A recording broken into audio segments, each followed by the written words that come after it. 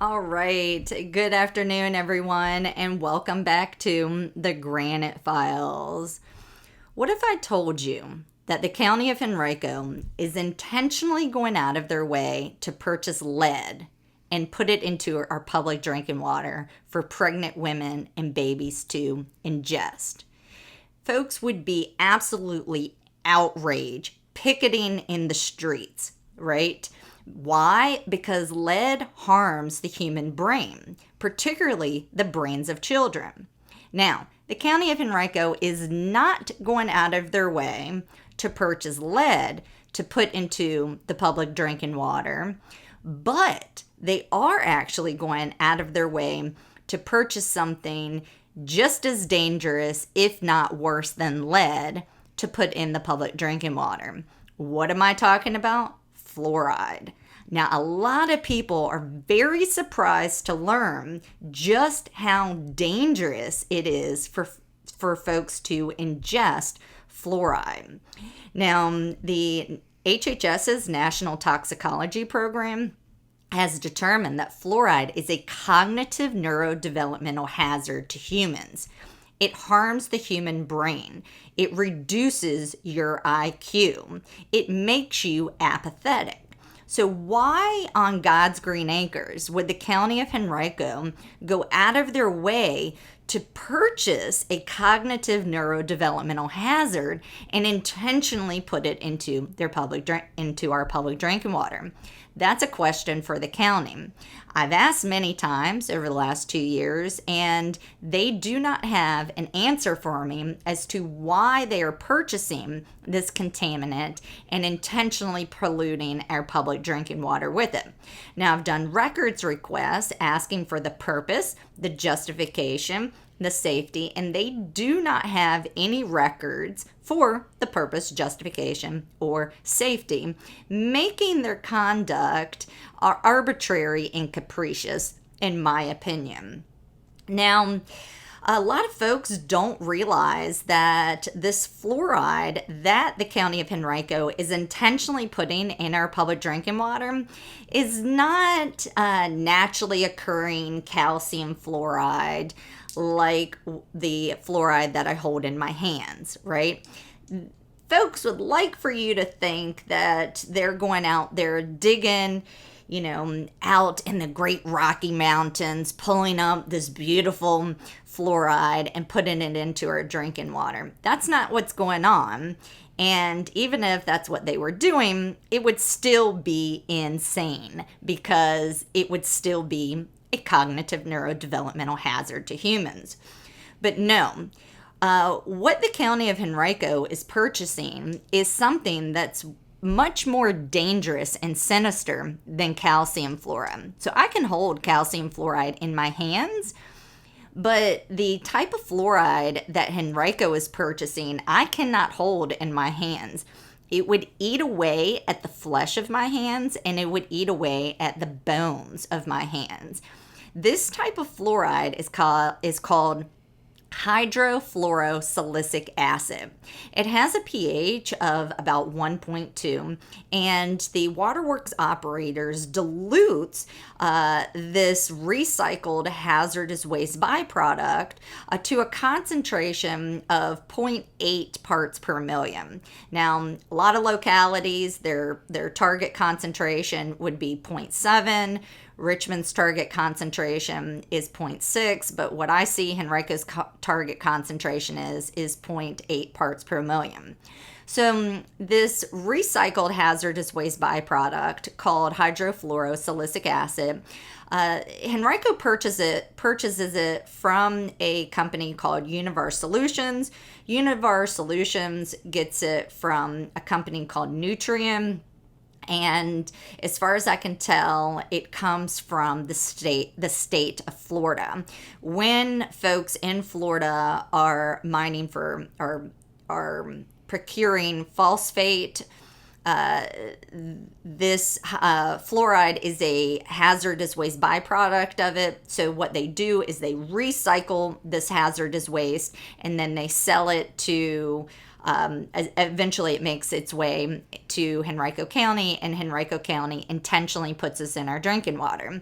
Now, it is considered a pollution according to the waterworks regulations because it is a chemical that is unnecessary for pure water. Okay, hydrofluorosilicic acid does not promote pure water. It does not promote the potability of water. Now, what's ironic is that, as far as I can tell, we get a lot of our fluoride from the state of Florida, but Florida actually passed a law banning this chemical to be added into the public drinking water. So really let that sink in, folks. Excuse me. Let that sink in that Florida has banned water fluoridation, but they'll sell the chemical so then Henrico can engage in water fluoridation. Some other folks who will sell fluoride to America to put in our public drinking water are countries like China and Israel. They are the top two distributors, and neither country allows this chemical to be added into our drinking water. So the top three, as far as I can tell, is going to be Florida for us, and then it would be China and Israel, and all three ban this from their public drinking water. It is illegal to put this recycled hazardous waste byproduct in their drinking water, but they're happy to sell it to the county of Henrico. The county of Henrico puts it in our drinking water. Okay, now if you're just joining us for this first time, I'm sure you're very shocked to learn this information. So you're going to want to stick around. In order to illustrate just how egregious this conduct is, I have helped give an analogy, and I've used lead as the example because lead harms your brain similar to fluoride. Okay, now although I said Henrico County is not going out of their way to purchase lead and put it into our drinking water, when they purchase hydrofluorosilicic acid, it is heavily contaminated, and it's contaminated with anything and everything you can possibly imagine, and it depends on the batch. So it could be heavily contaminated with lead, arsenic, cadmium, strontium, uranium. I mean, the sky's the limit, really, with what this stuff is contaminated with, and they don't deny it. Okay, so if lead damages the brain and fluoride damages the brain, how can we prove that they are pretty on par with one another? Because when I've thrown this out to folks in the past, explaining that the two are comparable, people really had a hard time conceptualizing this. Everyone knows lead is bad, but when you say fluoride is bad, and it's just as bad, if not worse, then that's where people just, their brains kind of check out. So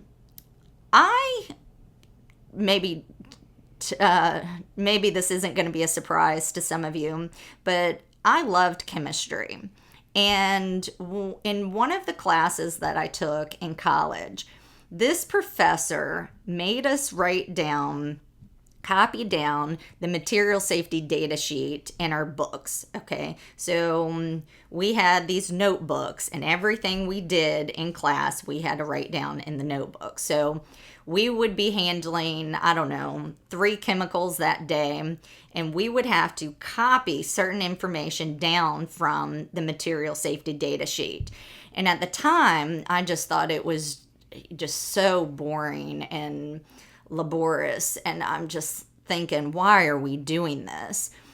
And the professor would say time and time again that there was one thing in particular that he never wanted us to forget, and that is the lethal dose of the chemical that we are handling that day. And so I thought, that's what I should do. A video showing you guys the material safety data sheet of hydrofluorosilicic acid, because that's what they're putting into our public drinking water, and the material safety data sheet for lead. And I'll go over briefly what it'll say on there, LD50. And essentially, LD50 is the lethal dose to destroy, we'll say, permanently destroy 50% of life. And so they will reference rats. So let's say you're handling a particular type of fluoride, such as hydrofluorosilicic acid. You will see what it takes in order to destroy 50% of life. And then after you can understand just how lethal fluoride is compared to lead, then I would like to jump over to a recent judge's opinion regarding a situation where the locality was contaminating the public drinking water with lead. And the locality allegedly knew that they were intentionally contaminating the water with lead. This is not the Flint, Michigan case. This is a more recent case that has occurred. The reason why I want to read this case to you, one, is once you understand just how damaging lead is to the brain and you read the condemnation from the court regarding the conduct, then you can put this in perspective when it comes to the county of Henrico, because the two cases really mirror one another. So we've got a lot of ground to cover. So yeah, let's go ahead and get started. We're going to start off. I'll explain what the lethal dose 50 means in a bit more detail. We'll go over the material safety data sheets, and then we will end it with the court's opinion. And then you guys let me know if I'm blowing this out of proportion, right? Is it just as egregious or equally egregious to go out of your way and purchase lead and put it in the drinking water as it is to purchase fluoride and put it in the drinking water? Does this conduct, after you hear all of the evidence that I present, would you say that this conduct shocks the conscience? Okay, so let's get started, shall we? All right, guys, let's start off first by explaining what LD50 is. LD50 is the lethal dose 50. So LD50 is the amount of a substance required to kill 50% of a test population. It is a standard metric for measuring acute toxicity expressed in milligrams of substance per kilogram of body weight. The lower the LD50 value, the more toxic the substance. So let's go ahead and take a look at two substances. We have fluoride, of course, and we have lead. And the LD50, the type of fluoride that we're going to be looking at, is going to be hydrofluorosilicic acid, because that's what the county of Henrico intentionally puts into our drinking water. And we're going to be comparing apples to apples, right? So this is going to be if you were to ingest this substance. So what is the acute toxicity if this is going to be ingested? And the LD50 oral rat equals 125 milligrams per kilogram. Now the LD50 for lead, remember we're looking at acute toxicity, oral, so the LD50 for lead is going to be greater than 2,000 milligrams per kilogram of body weight. Now remember, the lower the LD50 value, the more toxic the substance is. So out of the two substances that we're looking at, which is going to be more toxic? What has the lower LD50 value? Well, of course, that's going to be our friend fluoride. We have a lower LD50 value. And so between the two of these substances, hydrofluorosilicic acid is going to be more toxic because you can imagine perhaps maybe fentanyl, right? It takes a small amount of fentanyl to permanently delete 50% of the test population. If you were to compare, let's say, apples, then it would be much larger. So the lower the value, the more toxic the substance. Okay, let's go ahead and look at the material safety data sheet so you can locate the information yourself. Guys, we are over here looking at the material safety data sheet for our friend fluoride, specifically hydrofluorosilicic acid. This is what the County of Henrico is intentionally putting into our public drinking water. This is a recycled hazardous waste byproduct. So let's look and see what the acute toxicity is according to their own safety data sheet. Let's find the LD50 value, and here we go. We can see here LD50 oral rat is going to equal 125 milligrams per kilogram of body weight. And let's go ahead and compare that to lead. We have the safety data sheet for lead, and you can see the acute toxicity, and they state here LD50 oral rat is going to be greater than 2,000 milligrams per kilogram of body weight. So just to wrap your mind around this, folks, hydrofluorosilicic acid is going to be more toxic to ingest than lead. And the County of Henrico has decided that it's a good idea to go out of their way to purchase this recycled hazardous waste byproduct and intentionally put it into the drinking water, a substance that is more toxic to ingest than lead. Wrap your mind around that one, folks.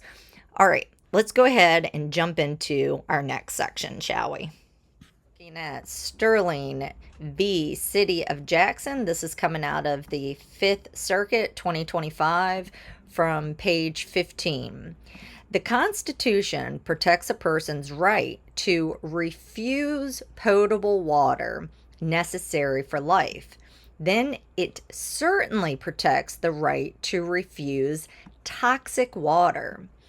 The government violates that right when it, as the provider, lies to and gaslights the public, depriving individuals of the ability to give informed consent and exposing them to harm without their knowledge. And that's exactly what's going on here in Henrico, guys. Remember, hydrofluorosilicic acid is more toxic than lead. We have a right to refuse toxic water. We have a right to informed consent about what the County of Henrico is doing to you and your children. The judge goes on to say, applying the Supreme Court's bodily autonomy precedents, the 6th Circuit came to the same conclusion. See Girton. This was the Flint, Michigan case.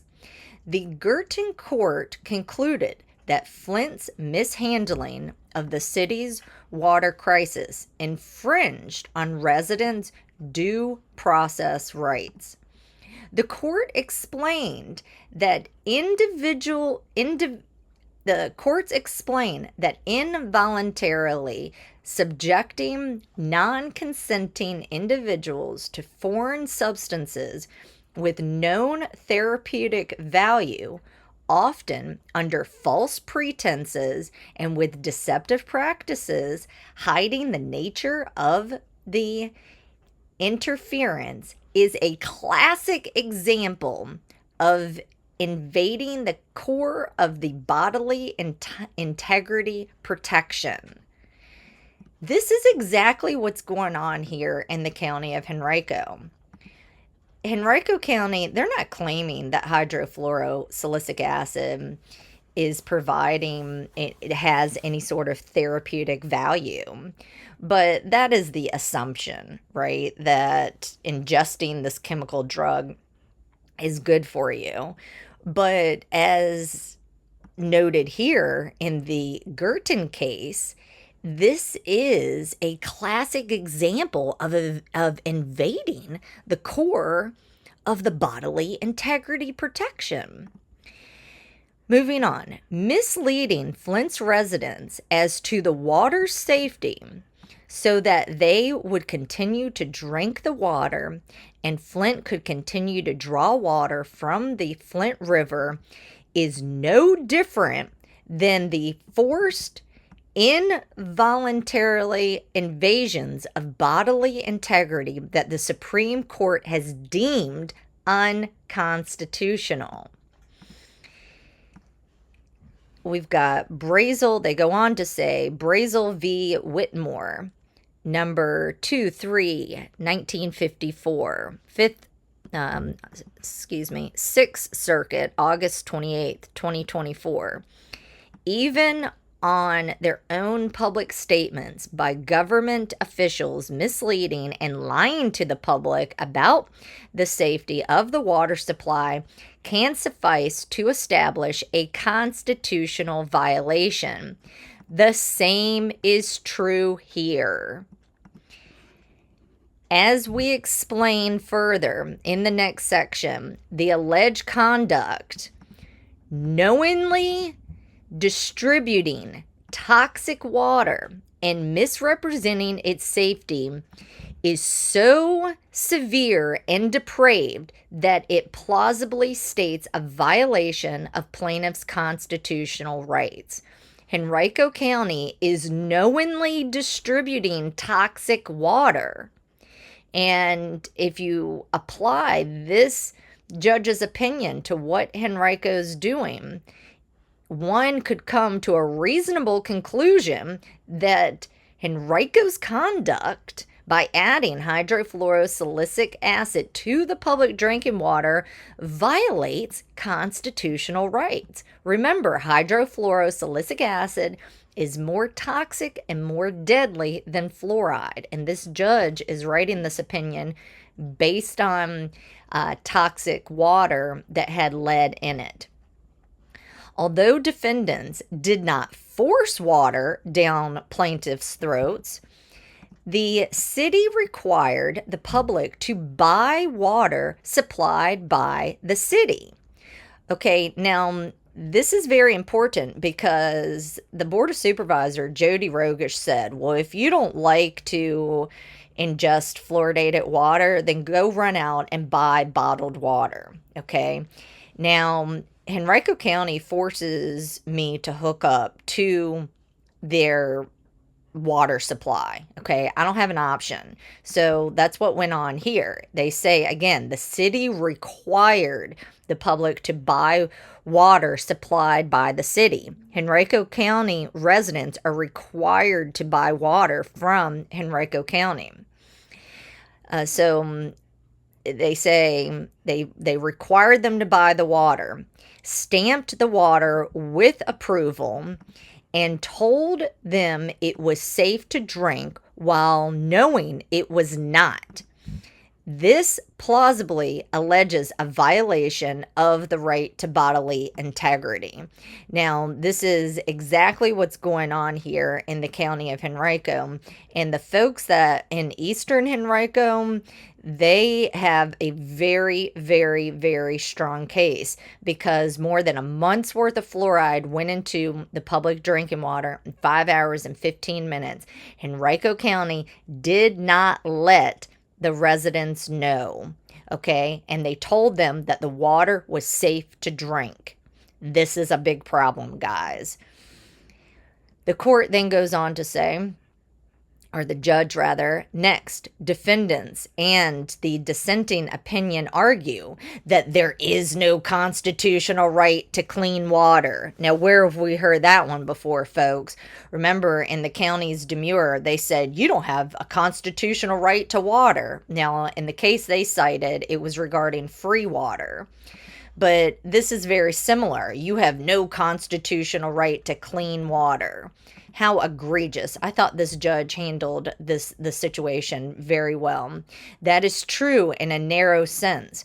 Under the Constitution, the city had no obligation to provide clean water, but the argument falls short. Although the government is not required to provide certain services, once it elects to do so, it must provide that service in compliance with the Constitution. The basic principle pervades constitutional law. There is generally no constitutional duty to act, but any action must comply with the Constitution. Thus, while the city had no constitutional obligation to provide water, once it did, it was required to do so within the confines of the Due Process Clause. The dissenting opinion's contrary reasoning that defendants had no obligation to provide water, so their provision of water cannot violate the 14th Amendment. Now, this is what one of the dissenting judges said, okay? And so this particular judge, I've forgotten his name, is responding to that nonsensical comment. So I'm going to read it again. The dissenting opinion's contrary reasoning that defendants had no obligation to provide water, so their provision of water cannot violate the Fourth Amendment. So in other words, the dissenting judge says, well, we don't have an obligation to provide you water, so therefore when we provide toxic water, it's fine because we didn't have an obligation to give it to you anyway. So it doesn't matter what's in it because, we didn't have an obligation. So there can be, mercury, lead, fluoride, arsenic in the water, and we're good because we didn't have an obligation to give you the water. So this judge says, when taken to its logical conclusion, would insulate plainly egregious conduct from constitutional scrutiny. It would permit a police officer to conduct a welfare check, sexually assault the homeowner, and then evade liability by asserting, I had no constitutional duty to conduct the welfare check in the first place. Likewise, it would allow a teacher, sorry guys, the computer's a little bit jerky for some reason. Likewise, it would allow a teacher to molest a student and avoid a bodily integrity claim by arguing, I had no constitutional obligation to be a teacher. These are not abstract hypotheticals. Our court has faced both scenarios and found constitutional violations. Page 19. The judge says, plaintiffs do not assert that the city had a general duty to provide water, nor do they claim that defendants failed to protect them from third parties. Rather, they allege that the city, through its own affirmative conduct, knowingly introduced contaminated water into residents' homes, misrepresented its safety, and thereby deprive them of their bodily integrity. The Due Process Clause squarely prohibits such conduct. The well-established facts in the well-pleaded facts in the complaint allows us to draw a reasonable inference that defendants were deliberately indifferent. That's what's going on in Henrico County. When I tell them that fluoride is a cognitive neurodevelopmental hazard, they are deliberately indifferent. When I explain to them that the EPA has testified under oath that there is no safe level of fluoride to ingest, they're deliberately indifferent. When I explain that when you ingest fluoride, it causes disfigurement in the form of dental fluorosis, they are deliberately indifferent. When I tell the county that ingesting fluoride reduces one's IQ, they are deliberately indifferent. These allegations are conscious shocking. For years, the city, based on the advice, expertise, and decision-making of the public servant, defendants knowingly contaminated otherwise clean water with lead, pumped the toxic water to its residents' taps, and told them it was safe to drink. This is not a case where the government had to make a split-second response to an unforeseen event. Instead, this crisis was a predictable harm set in motion by alleged decisions that took place over a series of days, weeks, months, and years. We conclude that a city may not introduce toxins into the water, pump the water to people's homes, and lie about the water's safety. Our analysis further relies that the specific facts at issue, the city's actions, occurred over a significant amount of time, and by the time the defendants shared information about the water safety, they knew it to be false. In brief, people generally trust that their tap water is safe until told otherwise. The city introduced toxins into the tap water and pumped it to people's homes. People drank, cooked, and bathed in that water. The city and its officials then lied about the safety of the water, deceiving residents into consuming the contaminated water. Based on this alleged conduct, we conclude that plaintiffs state a plausible claim that defendants violated plaintiffs' rights to bodily integrity. Thus, as to the city, the lawsuit may proceed. And this was affirmed as to due process claims against the city official defendants.